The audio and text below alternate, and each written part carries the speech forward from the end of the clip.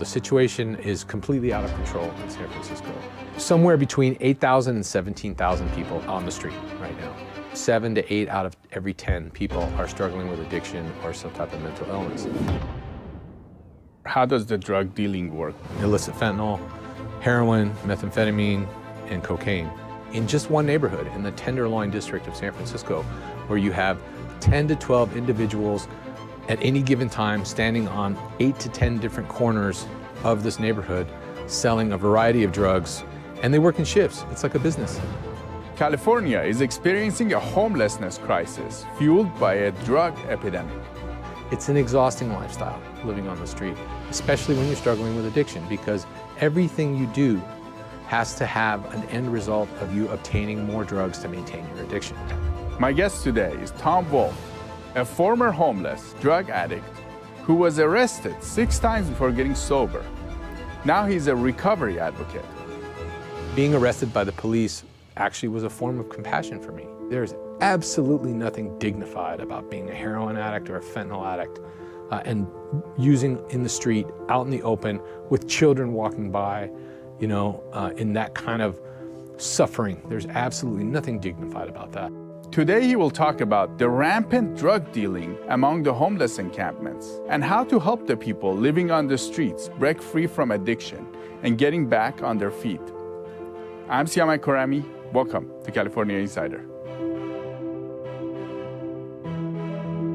Thank you. It's great to be here. Tom, you have faced homelessness in San Francisco.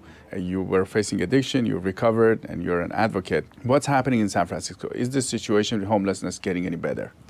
Actually, no. The situation is completely out of control in San Francisco. San Francisco right now has somewhere between 8,000 and 17,000 people that are homeless on the street right now. And out of, based on my experience of being on the street in San Francisco, 7 to 8 out of every 10 people are struggling with addiction or some type of mental illness. So the problem has grown over the past 3 years since I was on the street to levels now that we've never seen. We have over 700 RVs and cars parked in various parts of the city where people are living in those RVs and cars. We have thousands of people on the street living in tents. We have tent encampments that are funded and paid for by the city with taxpayer dollars that house homeless people. It's been for over a year that they've been housed in these tent encampments. And at the same time, we're defunding the shelter system statewide. So we actually, in San Francisco specifically, we only have enough shelter space for about 30% of the homeless people that are out there, and it's probably less than that. For most people, we think that homelessness has to do with not doing well financially and losing your house, and then you live in this on the streets. What did you see out there? Did you see people like that? Was there a percentage of people that were not doing well financially? Well, so, it's funny. They do a homeless count every couple of years in San Francisco and in LA too. They call it the point-in-time report. And the number one cause of homelessness, according to the point-in-time report, is job loss, right? But what they don't do is they don't ask the next question. How did you lose your job? What happened to you that caused you to lose your job? In my case, when I lost my job because I was a heroin addict and I was going into the bathroom on my lunch break and shooting up and then going back to my desk and passing out. And pretty soon they caught on to that, and then, I wasn't ready to accept help, so I ended up losing my job. That happens way more than people will admit, and it's definitely not a statistic that's reported. And how was it like? So people are there, they're doing drugs, or? Yeah, people were out there, basically it was one big hustle on the street. It's an exhausting lifestyle, living on the street, especially when you're struggling with addiction, because everything you do has to have an end result of you obtaining more drugs to maintain your addiction. So that can be, hustling to, boost, which is shoplift, committing crime, to steal, to get money for your drugs. We have a huge problem with shoplifting in San Francisco that's been well documented nationally with the Walgreens. Over 17 Walgreens now have closed in San Francisco, mainly because of shoplifting. Stores like Target have reduced their hours, so they close at 6 p.m., mainly because of shoplifting. Stores on Market Street, which was a once thriving area just 2-3 years ago, are now closing. And has the pandemic affected their business? Absolutely, it has. But the bottom line is that while these businesses have remained open and were struggling to survive, they were literally getting shoplifted to death by mostly unhoused individuals that are struggling with addiction. I know the city talks a lot about there's organized crime out there that's doing the shoplifting as well, but I can tell you just from personal experience that a whole lot of that robbery and larceny that was happening, car windows being smashed, a lot of that is happening and being caused by people that are living on the street that are struggling in addiction. Now, that's not to say that we're criminalizing the homelessness, but you have to just admit the truth, that when you're a drug addict and you're on the street and you don't have the money to support your addiction, you're going to do pretty much anything to get those drugs. How does the drug dealing work, for example? Where do the drugs come from? Are there any gangs involved? Well, yes. So San Francisco has a really big problem with organized cartel-fueled drug dealing. And that's the case all up and down the state. But in San Francisco, I haven't seen anywhere that it's more obvious and out in the open in San Francisco. You actually have organized drug dealing rings operating in plain sight in just one neighborhood, in the Tenderloin district of San Francisco, where you have 10 to 12 individuals at any given time standing on 8 to 10 different corners of this neighborhood selling a variety of drugs, including illicit fentanyl, heroin, methamphetamine, and cocaine. And they work in shifts. It's like a business. You have the swing shift, the day shift, the graveyard shift, the morning shift. And I've seen it. I've seen it all firsthand. I used to hold drugs for them, so I was out there. I saw firsthand what was going on. And it was very organized. Most of them don't live in San Francisco. They live in Oakland, and they commute to work every day to come and sell their drugs. And it's the only business, other than maybe like Amazon, that did good during the pandemic in San Francisco. Business actually was booming for drug dealing on the street, and that's a fact. And does the police know that? Of course they know, and they do their job in that they go out there and they arrest these drug dealers. Last year in San Francisco, just in that neighborhood, in the Tenderloin district, just from one police station, they arrested 786 individuals for felony drug dealing. And they pulled 40 kilos of illicit fentanyl off the street, which is only a fraction of what was really out there, right? So they're doing their job, but what's ironic is that at the same time, out of that 786 people that were arrested for drug dealing, almost 300 of them were repeat offenders. So what does that tell you? That tells you that the district attorney and the courts aren't doing their job by holding especially repeat offenders accountable for selling a drug, fentanyl, which is driving overdose rates in this country to the point now that we've had 93,000 people die in the last year in the United States from drug overdose, and most of that is from illicit fentanyl. Last year in San Francisco, 712 people died from drug overdose, again, mostly from illicit fentanyl that's being sold by organized drug dealing rings in San Francisco. So you mentioned you were holding drugs for these individuals. I was arrested 6 times in a 3-month period in 2018. The first time I got arrested, I was holding drugs for 6 different drug dealers at the same time out there. And this is a very common thing they do. They'll have someone who's homeless, like I was, hold their stash so that if the police bust them, they'll have very little drugs on them, so it won't be a big charge, right? While somebody else that's not them is holding the majority of their drugs. I would sit close by to them so they could kind of keep me in their line of sight, and they would pay me with drugs. They would pay me with heroin or fentanyl as you know, a job. I had a job. That was my job. When I first got arrested, I got arrested with about 4 ounces of heroin on me. I thought for sure I was going to go to prison at that point, like prison, not jail, but prison. I spent 16 hours in jail, and I was released on my own recognizance back into homelessness. And that cycle continued over the next 3 months, where I'd be arrested and then released back into homelessness, arrested, released back into homelessness. And it wasn't until the 6th time that I got arrested where they said, basically, you have too many cases too close together, so we can't let you out anymore. Now, for you, how did you get out? Well, I got clean in jail, right? So I'm not ashamed to admit it. I got clean in a pair of handcuffs. That was the intervention that was needed for me, right? I had fallen off so hard. Again, I was a middle-class guy. I was married. I owned a home. I had a county job with the city making $80,000 a year. And I blew all of that away and chose heroin and fentanyl over my own family, right? So for me, the intervention that I required was to go to jail and be put in a secure environment where I didn't have access to drugs, and then I was able to get clean. And then from there, I went to a 6-month drug rehab, and that's where I found recovery. And at that point where you got arrested, did you have an intention, or were you hoping that they will help you through this? Did you think that was going to be a helpful? No, not at that time. At that time, I was like, why are you bothering me? People have asked me that, when you were on the street, if someone had come up to you and said, hey, do you have a drug problem? Are you okay? Do you need any help? I would have looked at them and said, what problem? I'm good. And that's another issue with addiction, is there's a lot of denial. The old term is that you lie, cheat, and steal when you're a drug addict, and that's because the desperation of addiction is so strong that it really gives you moral turpitude. Let's put it that way. So you have an inability to kind of access your morals in a logical way, because again, everything is motivated by the drug. And so you end up making a lot of poor decisions. And I think this is where I kind of run into a barrier with harm reductionists and the harm reduction model, which is, they talk about using with dignity and, letting people manage their addiction. And the idea is that the hope is that they can keep them alive long enough so that they can find recovery at some point. That part I'm cool with, but there's no such thing as managing your addiction.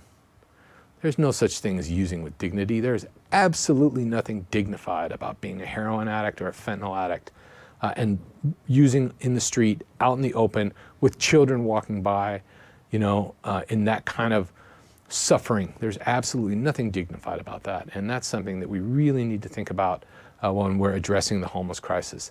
Because if you take someone who's struggling with addiction and you put them into housing with no preconditions, you've taken an addict and you've housed them. So now you've isolated that addict away from his network of people that he knew on the street, away from any support system that he may have had, and you put him in a box. So, during the pandemic, they opened shelter-in-place hotels throughout California, where they were housing the homeless in hotels temporarily because of COVID-19, right? In San Francisco, they housed 2,200 people in shelter-in-place hotels. 22 people have died of drug overdose since that has happened. And from April 2020 to April 2021, do you know how many exits out of those 2,200 people were to detox or treatment in San Francisco? 4. So, yeah, you've got 2,000 people. Most of them are struggling with addiction, living in a box, playing Russian roulette with their life every single day, and we're just allowing it because of compassion. Do you think the policymakers, because it seems like the police is trying, different parts of the system, they're trying to do what they can, and do you think the policymakers really realize what's going on in these communities? Some of them do, but most of them don't. They've kind of just bought into this narrative that it's just a housing issue, and they are very dismissive of the drug addiction issue. They're very dismissive of the mental health issue. And what's funny is when I talk to politicians and to the general public, most people don't really understand how deep the homeless issue is. They just think like, oh, they're homeless, we just need to, get them housed and everything will be good. Well, no, it's way, way more complicated than that. You have people that have been on the streets for years. You have people that are suffering from some kind of trauma like domestic violence that are out there. You have people that have spent a lot of time in prison that are now on the street that are maybe institutionalized and also have a police record, so it's difficult for them to get a job. There's all these different factors, right? And I think politicians just kind of have like a view from 30,000 feet of that issue instead of a really deep down understanding. And that's where someone like myself kind of has found a voice, because I actually have that lived experience. I was actually there, and then I can go to the politicians and speak to them in an articulate manner that's reasonable, that they're starting to listen to. You were telling me offline that they're spending $60,000 a year for a tent. Right. Can you tell us more about why it's costing so much? So it's costing so much for a lot of different reasons. One of the big reasons is that they are duplicative in their efforts, in that they have a ton of nonprofits that are getting contracts from your local municipality, your city, to do the same kind of work. So they're overlapping their work. That's one issue. The other issue is that there's absolutely no oversight when these contracts are given out to the nonprofits as to how the money is spent. So we need to have financial oversight of that money. And then we need to see results on the back end of that. At the same time, again, the narrative around it's only a housing issue and nothing else has really complicated that problem. And when you talk about complications and other issues, you also have to think about zoning issues and what the mayor of LA, Eric Garcetti, referred to as soft costs. That's how he explained away Prop Triple H in Los Angeles as to where the $1.1 billion went. They've only built 996 units of housing, and they were supposed to build 10,000 units of housing with that money. Well, that money's gone. They have 1,000 units of housing, and he's saying the rest of that money went to soft costs. We need to start asking questions as to what those soft costs are and how we can make some serious wholesale changes so that we can fast track a simpler solution to get people off the street, whether that's shelter expansion, whether that's tiny homes, whatever the case may be. But just building everybody a brand new apartment is going to take 100 years, and then they're going to turn around and see another 200,000 people homeless waiting for more housing, and we're going to be back to square one. You mentioned accountability. So right now in San Francisco, what you see is the money's going out to nonprofits. Is that? That's right. So San Francisco spends $260 million a year on contracts to nonprofits to address the homeless issue, for homeless services. So for example, in those tent encampments that are called safe sleeping sites, one tent, to maintain one tent, costs $60,000 a year. It costs $60,000 a year because they're paying one nonprofit to deliver 3 meals a day. They're paying another nonprofit to provide bathrooms and showers. They're paying another nonprofit to hook up electrical outlets for charging. They're paying another nonprofit to come in and do some type of outreach. So they're paying 5 different nonprofits to do something that one nonprofit could probably do for a fraction of the cost. But because the system isn't set up that way, right, the money just goes out, and the politicians then feel very, like they're patting themselves on the back saying, oh, well, look what I did. I spent $260 million on the homeless problem. Or in the next 2 years, San Francisco will spend $1 billion on the homeless problem. And they're patting themselves on the back pretty hard right now, talking about how that $1 billion is going to house 3,000 people. Well, if there's 17,000 people that are homeless in San Francisco and $1 billion only pays to house 3,000 of them, what happens to the rest? What happens to the other 14,000 people that are homeless on the streets? You were mentioning that the root cause for 80%, based on your observation, was addiction. Mm-hmm. How much of this funding is going to deal with that? It seems like we're hearing more about housing. Right. But how much of it is dealing with the root cause of the problem? Well, not enough. So in San Francisco, about 25% of the current funding that's out there for the next 2 fiscal years is going to addiction and mental health services. The other 75% is focused on housing. And that's great. You want to build housing? Go ahead. House as many people as you can. But until you start addressing the underlying causes, and which they keep talking about, you'll hear a lot of homeless activists talk about this. Until you address the root causes of homelessness, we're never going to end it. And those root causes are poverty, et cetera, right? But to get to those root causes, you have to peel back an onion. It's like peeling back an onion. And the first thing you have to do is you have to address the addiction. And then you have to address the mental illness. And then you can get to those root issues after that. But if you just let somebody continue to use, especially illicit fentanyl, 1, their condition is going to deteriorate. 2, they're not going to be able to make logical decisions because, again, everything is motivated by the drugs. And 3, chances are, with the way it's been going with overdose deaths right now, they won't be alive to realize that help. Now, you mentioned fentanyl and the way our system works. Do people that are in the streets, do they have to make a decision to clean up themselves, or can somebody make a decision for them? Well, right now, the way the system is set up, unless you get involved in the criminal justice system, the choice is yours. It's a very odd, kind of a puzzling thing that's happening amongst harm reduction advocates and whatnot in San Francisco and beyond. They use a term called body autonomy, where they're saying, well, you know, what the person injects in that body, in their body, is their own choice. But if what's weird is that that's a libertarian argument, and I'm not saying I agree or disagree, whatever, but it's a weird libertarian argument. Yet these folks are so progressive and they're so compassionate and they want to help, right? But then they'll just allow you to keep injecting fentanyl in you or smoking fentanyl until you die. And if you die, you're like, well, it's a tragedy, but it was your choice. No, I don't believe that. I don't ascribe to that at all. So I've heard that when people are doing these drugs, it's very hard for them. They're only capable of thinking for a couple of hours. It seems like the system wants them to go and find recovery in this process of these few hours a day that they're sober. Is that practical? Did we leave these people? I wouldn't say it's very practical in that. So look, you know, fentanyl only lasts about 2 hours. Once you ingest fentanyl, you're out for about 2 hours, and then you wake up, and then you start to come down from it, and that's when theoretically you would think you would go look to access treatment. The problem is you go into withdrawal, and the withdrawal is awful. It's like nothing you will ever experience in your life. As far as the term they use is being dope sick, and it's very hard at that point for someone who's dope sick to also make that decision, because everything in their being is telling them to go get more fentanyl and use it rather than go find recovery. And then add to that there's no easy access to drug treatment in San Francisco or really anywhere in California. It can take anywhere from 8 to 51 days to access a treatment bed right now for drug addiction in California. Yet, if you go through the criminal justice system, you can find a treatment bed in 72 hours.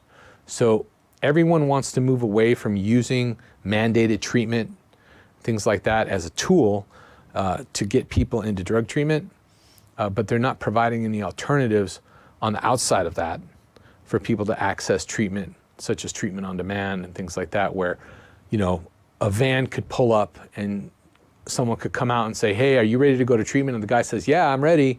Well, within 3 hours, you're in a detox bed. That kind of system just does not exist in the state of California. Now, you mentioned it takes 8 days on average, the whole wait time. So does the person have to stay sober for those 8 hours? They may change their mind within 8 days. You mentioned 8 days. If somebody has decided to actually quit and get out, Right. Is those 8 days too long for them to change their mind? It's absolutely too long. They don't have to stay sober, and that's where the danger comes, is that someone walks into the Department of Public Health and says, I need to go to treatment. I've hit my rock bottom. And they say, okay, well, come back on Wednesday so you can meet with someone, with an intake person, and we'll try to have you in a bed by next Wednesday. Okay, so for those next 7-8 days, that person's out there and they're continuing to use, because again, the withdrawals are so strong for that drug, and they're right back in that situation, maybe homeless or whatnot, where they're just like, well, I'm just gonna go back to doing this, and I'll try to remember to go back on Wednesday, and most people don't remember. And again, with illicit fentanyl, because of how lethal it is and how strong it is, there's a chance that that person won't even be alive the following Wednesday. Do you think we should change our approach to go to an approach where we are actually being more forceful in terms of convincing people to quit or approaching them in that way? Great question, and you know, forceful can mean a lot of different things. You know, I always say, in a compassionate way. Right. I always say that compassion comes in many forms. Right. So being arrested by the police actually was a form of compassion for me. That's the kind of compassion that I needed to find recovery and to get help. Right. And there's a subset of people on the street that need that same type of intervention. They just do. But what's more important is that we haven't even bridged the gap with outreach to people on the street. You know, they're trying. You talk about street crisis response teams and homeless outreach teams on Skid Row and in San Francisco, you know, driving around in you know, ambulances and reversing overdoses and all that. And that's all great.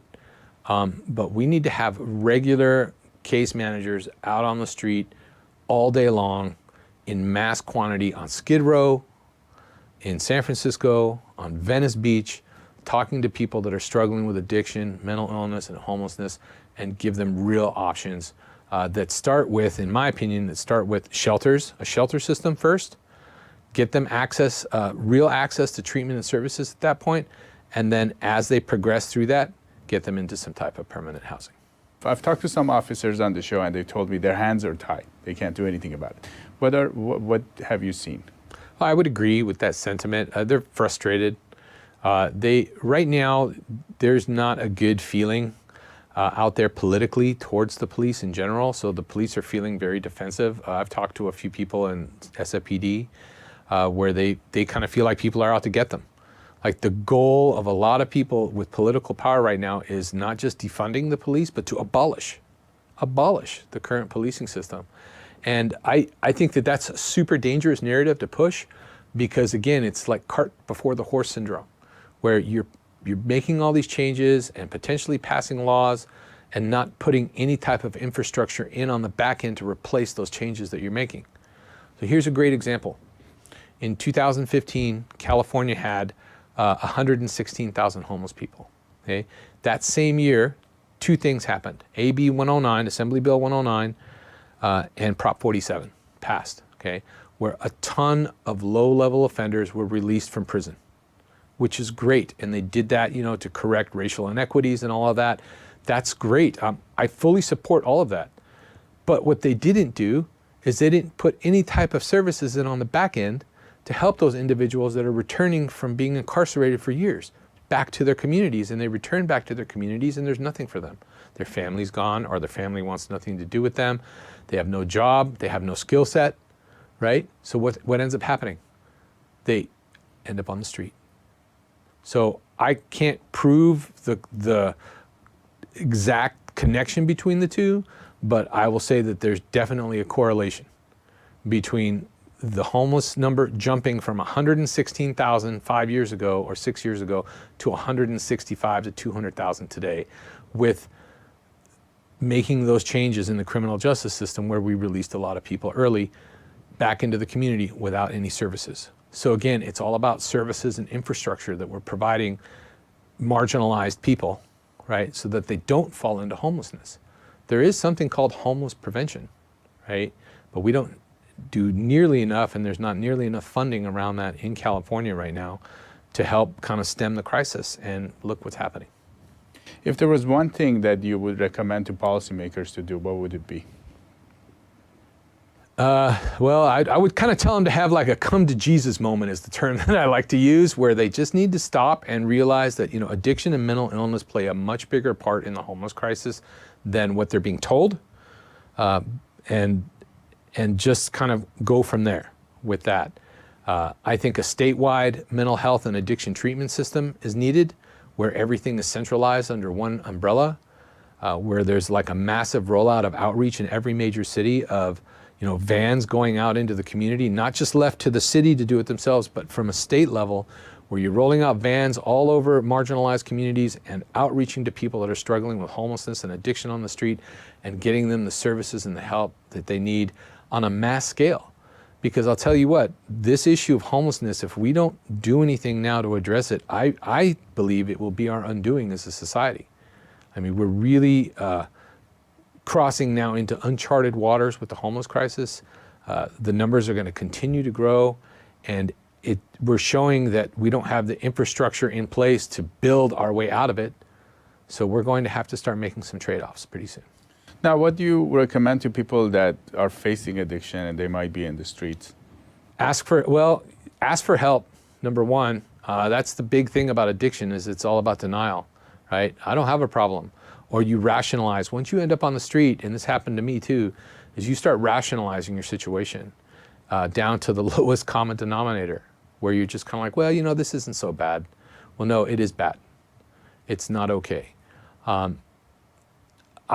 If I was on the street right now, I would start asking, where's the help? Where can I access treatment? I would be looking for outreach, where I can go to get detox, right? I would be looking for not just where I can get my next meal, but looking for real solutions to get myself into a better situation. So, for example, in San Francisco, when I was on the street, I didn't know where I could go for drug treatment. And I've walked politicians through the Tenderloin, and I've asked them, do you know how to get into drug treatment? And they have no idea. And these are politicians making policy decisions about this stuff. They have no idea at all.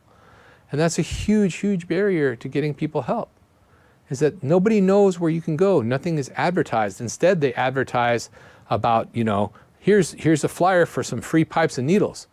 But there's no flyer about, hey, you can go to this place for detox. That doesn't exist. How is anyone ever going to get clean on the street when they don't have access to technology? Maybe they don't have a phone, right? And there's nobody out there after 4:30 or 5 o'clock to talk to them about getting help. So we need to think about having 24-hour rotating crews that are out there offering services to people. And we really just need to treat this as a humanitarian crisis, because it's been politicized. And because it's been politicized, bad decisions are being made because they're being driven by ideology instead of logic, compassion, and common sense. Do you have any other thoughts for our audience? Just, educate yourself about the homeless crisis and what's really happening, and that it is intertwined with addiction and mental illness. And talk to your local political leaders about the homeless situation in the community that you live in, and make it their #1 issue, because it really is the #1 issue affecting the state right now. Thank you so much. Thank you. It's my pleasure.